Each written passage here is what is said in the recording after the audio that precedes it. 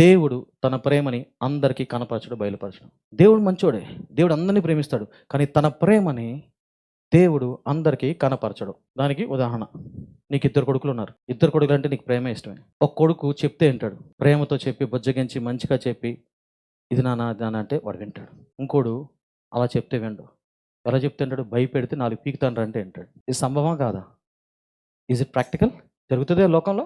ఒకడు చెప్తే వింటాడు.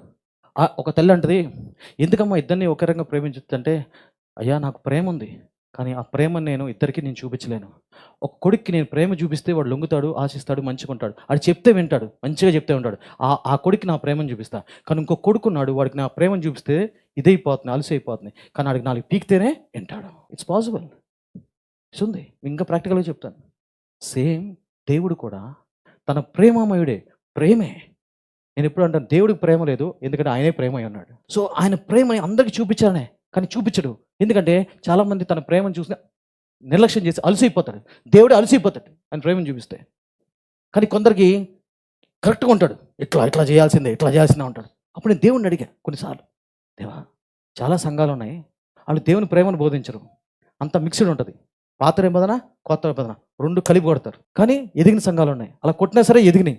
నేను కొత్తలో అడిగా, దేవా మేము ప్రేమ కొత్త నిబంధన కరెక్ట్గా మేము బోధిస్తున్నా అన్నీ ఉండే, కొన్ని బాగా బోధిస్తున్నారు. ఇప్పుడు హైదరాబాద్ పేర్లు చెప్పట్లో మీరు అనుకుంటారు, కానీ కొన్ని పెద్ద మినిస్ట్రీస్ ఉన్నాయి, 40,000 50,000 సంఘం ప్రేమ కృప గురించి బోధిస్తున్నారు, కరెక్ట్ ఎదుగుతున్నాయి. అలాగే ఇక్కడ ధర్మశాస్త్రం గురించి కొట్టుడు కొడుతున్నారు, ఇది ఎదుగుతుంది. హౌ? ఎట్లా ప్రభా అనుకున్నా, ఇది ఎట్లా సాధ్యం, ఏమవుతుంది మరి అంటే, అప్పుడు దేవుడు నాకు నేర్పించింది అంటే, కిరణ్ ఆ టోల్ని ఇట్లా లాగాలని ప్రయత్నించొద్దు నువ్వు. ఎందుకంటే వాళ్ళు కొందరు జనాంగము దానికే సెట్ అవుతారు, అట్ట చెప్తేనే లైన్లో ఉంటారు. కొందరికి అలాంటి వాళ్ళు తీసుకొచ్చి ప్రేమ చనువు అలా బోధిస్తే వాళ్ళని దేవుని అలుసుగా తీసుకుంటారు. కాబట్టి వాళ్ళకి ఆ బడి ఆ స్కూలే కరెక్ట్ అన్నారు దేవుడు. అవును ప్రభు అనిపించింది నాకు. కొందరికి అదే కరెక్టు, కొందరు అట్టాగే పాస్ట్ గారు అట్ట వాక్యం చెప్తేనే లైన్లో దేవుళ్ళు ఉంటారు, లేకపోతే పాపంలోకి లోకంలోకి వెళ్ళిపోతారు.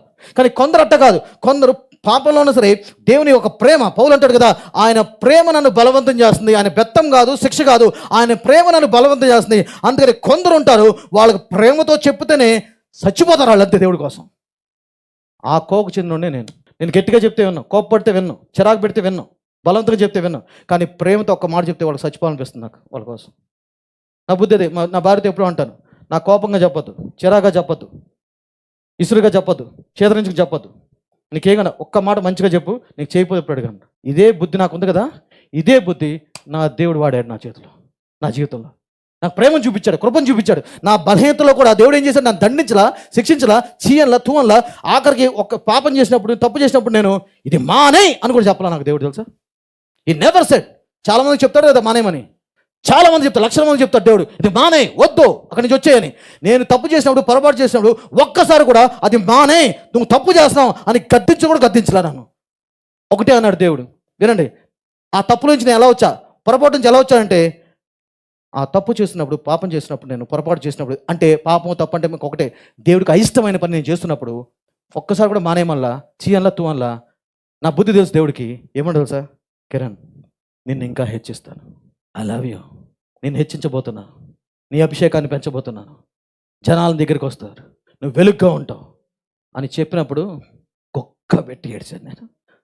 దేనికి ఏడ్చాను? నేను తిట్టాడు ఆయన, కొట్టాడా, చిరాకు పడ్డా, ఆశించుకున్నాడా, ఏం చేశాడు? నన్ను ఇంకా నన్ను ప్రేమించాడు. ఆ ప్రేమకి గుండె కరిగిపోయింది. ఇది చేయకూడదు, క్రీస్తు కోసమే బతకాలి, క్రీస్తు కోసమే చావాలని ఆ మనసు పుట్టించాడు. తన ప్రేమను వ్యక్తపరిచి నాకు. అది అందరికీ చేయడు.